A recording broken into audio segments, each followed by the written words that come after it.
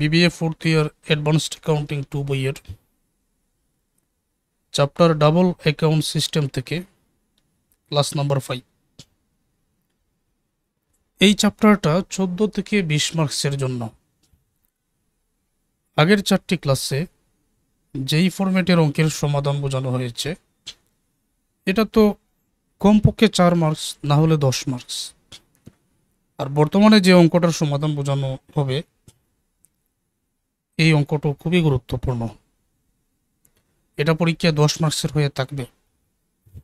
তো কিছু অঙ্ক এমন থাকে যেটা সরাসরি সমাধানের মাধ্যমে বুঝতে হয়, যেটার কোনো ব্যাখ্যা আগে করার প্রয়োজন হয় না। ওই অঙ্কটা ঠিক ওই রকম।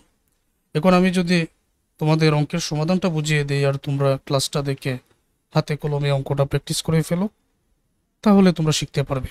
এবং এই অঙ্কটা 10 মার্কসের জন্য পরীক্ষায় আসতে পারে। এই ক্ষেত্রে আমি বলবো 99% এই অঙ্কটা। তো এই চ্যাপ্টারটা খুবই গুরুত্বপূর্ণ। তো কি বলা হয়েছে আমরা দেখি। আর এই নিয়মের অঙ্ক সবগুলো কিন্তু একই রকম, একটা বুঝতে পারলে অন্য 5টা বুঝতে পারা যাবে এই নিয়মের। তো এখানে বলা হয়েছে an old bus station had to be replaced by a new one. পুরাতন একটা বাস স্টেশনকে নতুন বাস স্টেশনে রূপান্তর করা হবে।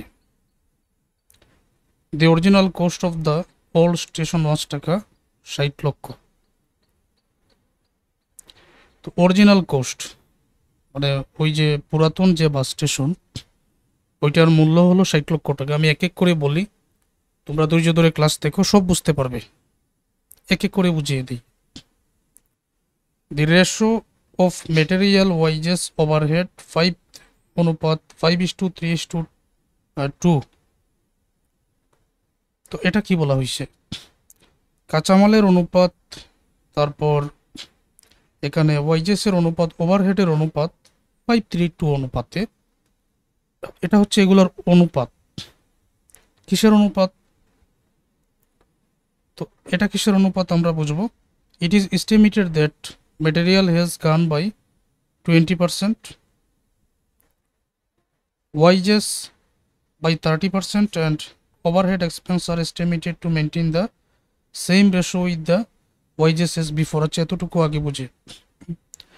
ওই যে 60 লক্ষ টাকা ওল্ড স্টেশনের মূল্য, আমাদের কাছ কি অঙ্কটার মধ্যে বলা হয়েছে ওল্ড স্টেশনকে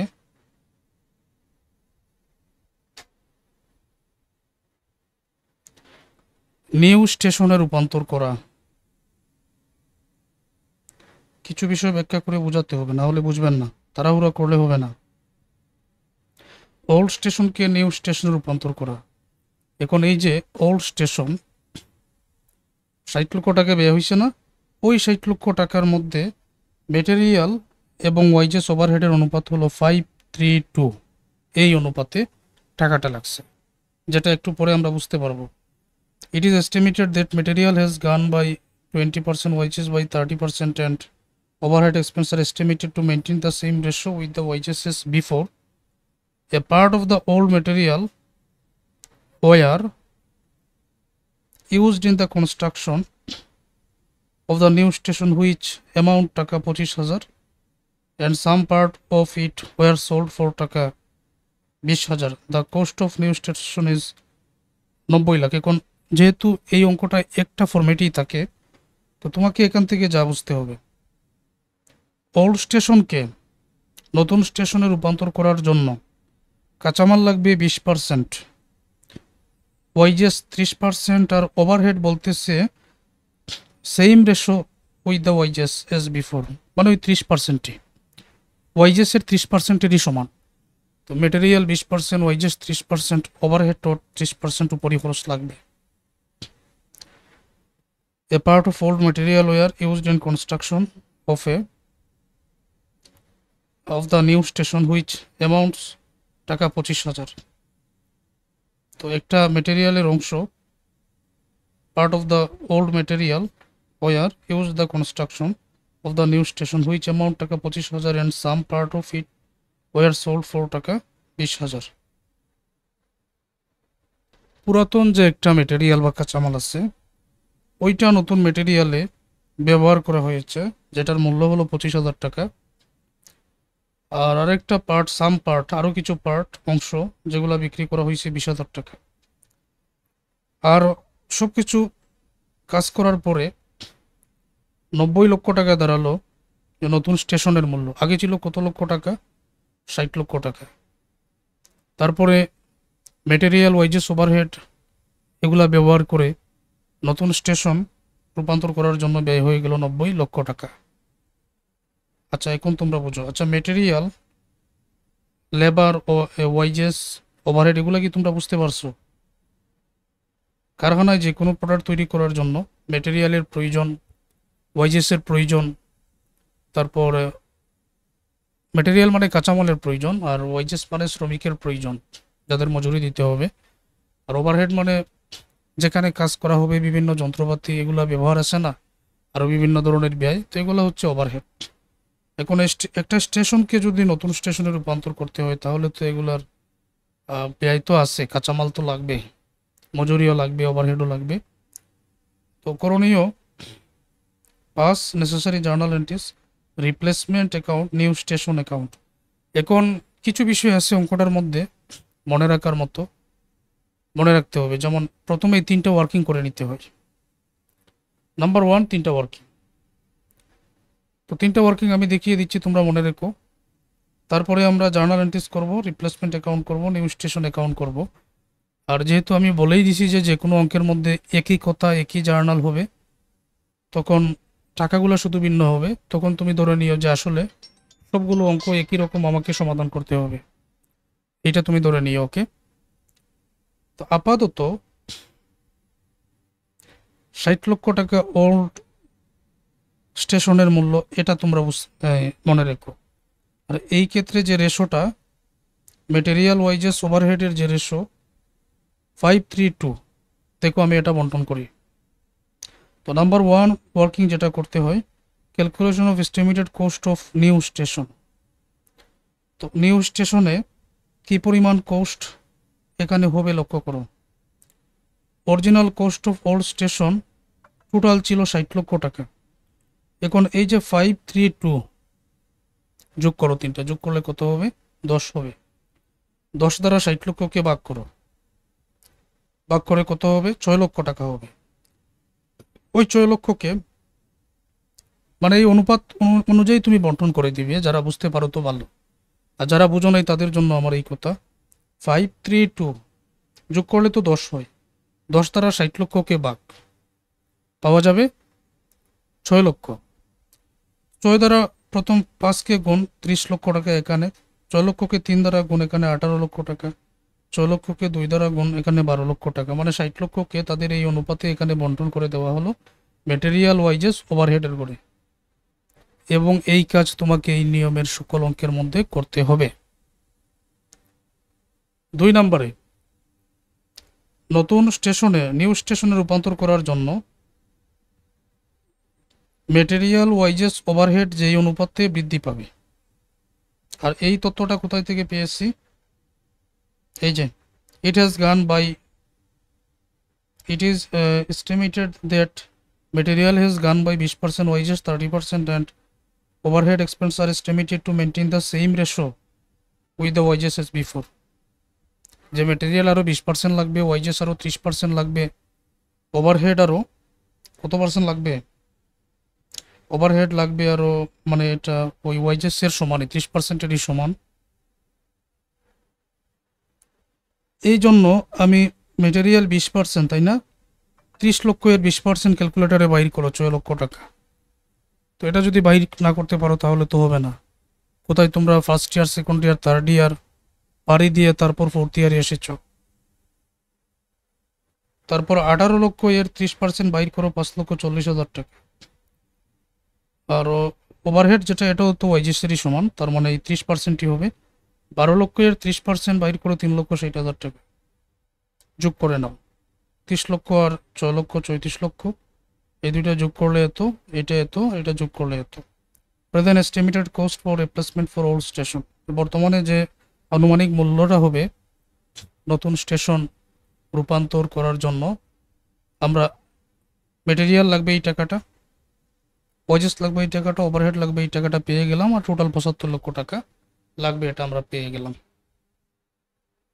এই তিনটি কথা, তিনটি নিয়ম, প্রথম নম্বর ওয়ার্কিং, আশা করব তোমরা বুঝতে পেরেছো এবং মনে রাখতে হবে। কিছু অঙ্ক এমন থাকে না যে মনে রাখতে হয়, তো তোমাদের অ্যাডভান্সড অ্যাকাউন্টিং বইটাই ওই রকম, মনে রাখতে হয়, প্র্যাকটিস করতে হয়। তো 2 নম্বর যেটা amount charge to revenue account, এটার নাম 2 নম্বর। এস্টিমেটেড কস্ট 75 লক্ষ টাকাই কিন্তু প্রথমে নিয়ে আসতে হয়। তোমাদের অঙ্কের মধ্যে বলা আছে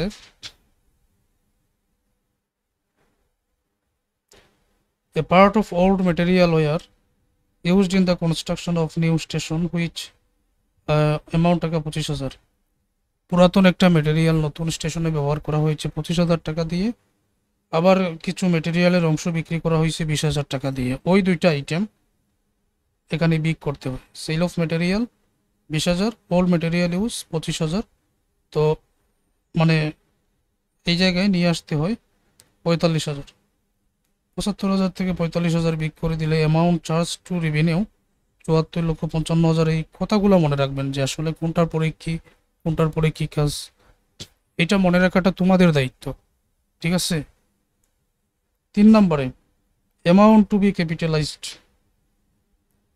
আচ্ছা, তোমাকে তো বলা হয়েছে যে অ্যাকচুয়াল কোস্টটা কত, সব মিলিয়ে পুরাতন স্টেশন থেকে নতুন স্টেশনের মূল্য হলো 90 লক্ষ টাকা।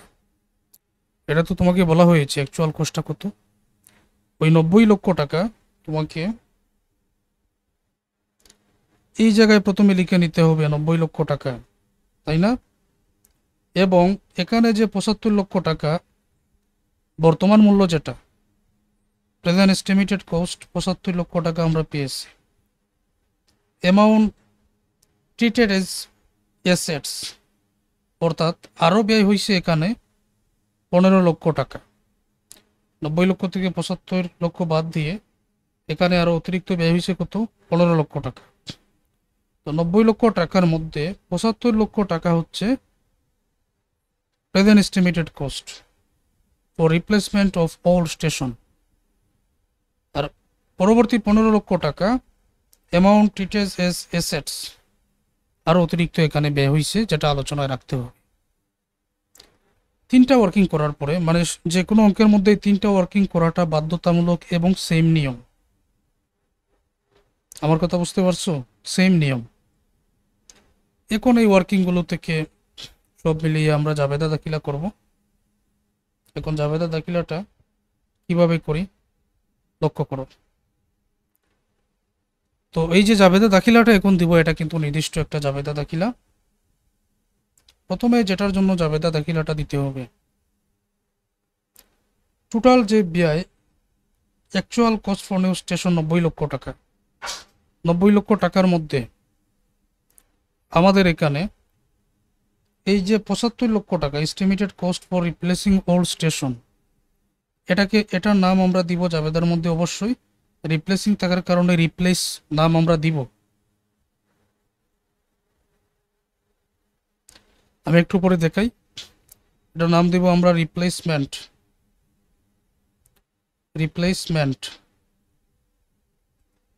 একটু পরে আমি দেখাচ্ছি। আর নতুন স্টেশন করার জন্য অতিরিক্ত আরো 15 লক্ষ টাকা লাগছে, এটার নাম দিব আমরা নিউ স্টেশন।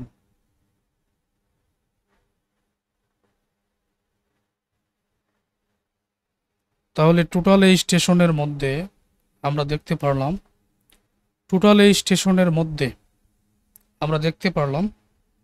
90 লক্ষ টাকা ব্যয় হয়েছে। তো ক্যাশ 90 লক্ষ টাকা চলে গেছে, যেটার মধ্যে রিপ্লেসমেন্ট ছিল 75,000, নিউ স্টেশন ছিল 75 লক্ষ, 90 লক্ষ, 75 লক্ষ, 15 লক্ষ। তো এই যে দেখো জাবেদাটা, ক্যাশ চলে গেছে কিন্তু 90 লক্ষ, যেটার মধ্যে নিউ স্টেশন 15 লক্ষ আর রিপ্লেসমেন্ট 75 লক্ষ। তুমি চাইলে রিপ্লেসমেন্ট আগেও দিতে পারো। এই দুইটা হলো ডেবিট, আর দুইটা মিলিয়ে নগদ চলে গেছে, ক্যাশ হলো ক্রেডিট 90 লক্ষ টাকা। তো এই জার্নালটা ঠিক 3 নম্বর ওয়ার্কিং থেকে এভাবে দিতে পারবে, এটা মনে থাকবে না, এগুলা মনে রাখার মতো বিষয়। তো আশা করবো এতটুকু ক্লিয়ার। তারপর ওই দুইটার জাবেদা দাখিলা দিতে হবে। জাবেদা দাখিলা কঠিন কিছু না, আমি তোমাদের আলাদা আলাদা করে দেখিয়ে দিচ্ছি, একদম চিন্তার কারণ নেই। এখানে ওই দুইটার জাবেদা দাখিলা হচ্ছে, একটা 25,000 টাকার মেটেরিয়াল ব্যবহার হয়েছে এখানে, তারপর আরও 20,000 টাকার কিছু মেটেরিয়াল বিক্রিও করা হয়েছে। এখন ওই দুইটার জাবেদা দাখিলা কি হতে পারে, মনে রাখার উপায় কি? দেখো, 20,000 টাকার কিছু পার্ট বিক্রি করলে কিন্তু নগদ আসার কথা। হ্যাঁ অবশ্যই, ক্যাশ পেয়েছো, ক্যাশ ডেবিট। আর এটা রিপ্লেসমেন্টের জন্য, সুতরাং রিপ্লেসমেন্টটা ক্রেডিট। আর এই 25,000 টাকা যেটা, এইটা তোমার নতুন স্টেশনে ব্যবহার করা হয়েছে, এটা তুমি বিক্রি করো নাই, এটা ব্যবহার করেছো। তো এটা ব্যবহার করার জন্য এটা জার্নাল হবে new station debit replacement credit. তো দেখো আমি এটা লিখে দিচ্ছি। মনে করো এই 2 নম্বরটা থেকে আমরা যাচ্ছি, যেখানে সেল অফ মেটেরিয়াল 20,000 ছিল আর ওল্ড মেটেরিয়াল ইউজ 25,000 ছিল, এইটার জন্য। আর এইটার জন্য আরেকটা জার্নাল, প্রথমত বিক্রির জন্য ক্যাশ ডেবিট 20,000, রিপ্লেসমেন্ট ক্রেডিট 20,000, ওকে। তারপর পুরাতন মেটেরিয়াল ব্যবহার করার জন্য নিউ স্টেশন ডেবিট আর রিপ্লেসমেন্ট ক্রেডিট, যেভাবেই হোক মনে রাখো, সময় তো আছে, মনে রাখো মনে রাখো, প্র্যাকটিস করো, অঙ্কটা আসবে কিন্তু পরীক্ষায়। তারপরে ওইটার আরেকটা জার্নাল, ওই যে amount charge to be revenue 74,000, 74,55,000। তো revenue account debit replacement credit, এটা জার্নাল হয়ে থাকে। 4টা জার্নাল তোমাকে যে কোনো অঙ্কের মধ্যে দিতে হবে, আমি আশা করব তোমার মনে থাকবে। তো এখানে মনে না থাকার কারণই বাকি, এখানে কেন মনে থাকবে না? আমি এই নিচের 3টার জার্নালটা দিব এখানে, তাই না? নিচের 3টার জার্নালটা আমি এখানে দিব, অর্থাৎ এই material use, material sale, material use, রেভিনিউয়ের জন্য, তারপর এইটার জন্য, এই 2টা ওয়ার্কিং থেকেই তো শুধু জার্নালটা হবে। তারপর তোমাকে যেটা বলা হয়েছে রিপ্লেসমেন্ট অ্যাকাউন্ট আর নিউ স্টেশন অ্যাকাউন্ট, এই 2টা খতিয়ান করার জন্য আসলে বলা হয়েছে। জার্নাল এন্ট্রিজের কাজ শেষ। রিপ্লেসমেন্ট অ্যাকাউন্ট আর নিউ স্টেশন অ্যাকাউন্ট, এটা আরও সহজ। তুমি জাবেদা করে ফেলেছো মানে তুমি খতিয়ান করে ফেলেছো। তো রিপ্লেসমেন্ট অ্যাকাউন্ট তুমি করবে, তাই তো? একেবারে প্রথম থেকে শেষ পর্যন্ত তুমি লক্ষ্য করে দেখো যে রিপ্লেসমেন্ট অ্যাকাউন্ট কোথায় কোথায় আছে আর নিউ স্টেশন অ্যাকাউন্ট কোথায় কোথায় আছে। তো এক এক করে বলি। এই যে রিপ্লেসমেন্ট আছে 75 লক্ষ টাকা, তো এটা কিন্তু ডেবিট। এই রিপ্লেসমেন্ট এটা ডেবিট, সুতরাং এই 75 লক্ষ টাকাটাও কিন্তু ডেবিটে বসবে।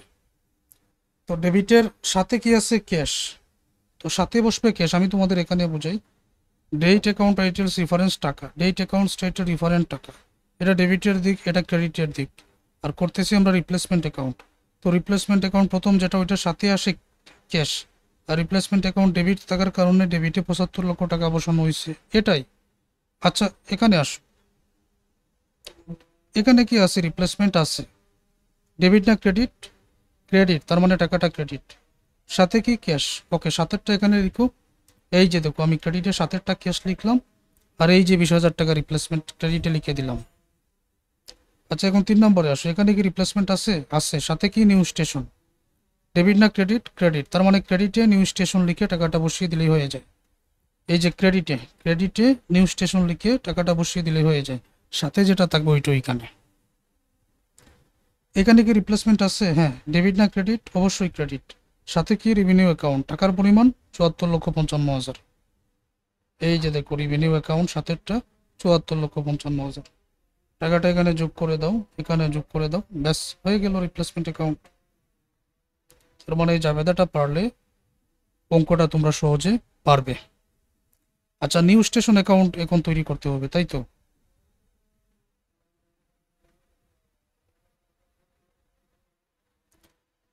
আচ্ছা এখানে কি নিউ স্টেশন আছে? অবশ্যই আছে। ডেবিট না ক্রেডিট? ডেবিট। টাকা কত? 15 লক্ষ। তো ডেবিটে আগে বসিয়ে দাও, এটা ডেবিট হলে ক্রেডিটে আছে ক্যাশ, ক্যাশ লিখে বসিয়ে দাও।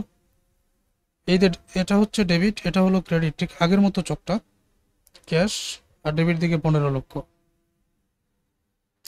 এই করে কি নিউ স্টেশন আছে? না। এই করে কি আছে? হ্যাঁ আছে। ডেবিট না ক্রেডিট? ডেবিট। টাকার পরিমাণ 25,000, সাথে কি রিপ্লেসমেন্ট। এই যে ডেবিট না ক্রেডিট ছিল নিউ স্টেশন, নিউ স্টেশন কিন্তু এখানে ডেবিট ছিল, টাকার পরিমাণ 25,000, সাথে হচ্ছে রিপ্লেসমেন্ট। এই যে ডেবিট ছিল সাথে রিপ্লেসমেন্ট, টাকার পরিমাণ 25,000। ক্লিয়ার এটা? এখানে কি নিউ স্টেশন আছে? না, নেই। সুতরাং এই টাকাটা যোগ করে এখানে বসাবো, একই টাকাটা এই করে বসাবো, 15,25,000 টাকা হয়। সুতরাং এখানে যে ঘাটতিটা থাকবে ওইটা ব্যালেন্স শিটের নামে এখানে বসিয়ে দিলে উত্তরটা হয়ে যায়। আমার কাছে মনে হচ্ছে তোমাদের এই অঙ্কটা পরীক্ষায় থাকবে। এই অঙ্কটা এবং আগের অঙ্কটা খুব ভালো করে প্র্যাকটিস করো। এখান থেকে কমপক্ষে 14 মার্কস তোমাদের পরীক্ষায় থাকবে, খুব ভালো করে আয়ত্ত করো। আর এটা কঠিন মনে হবে না আশা করবো তোমাদের কাছে।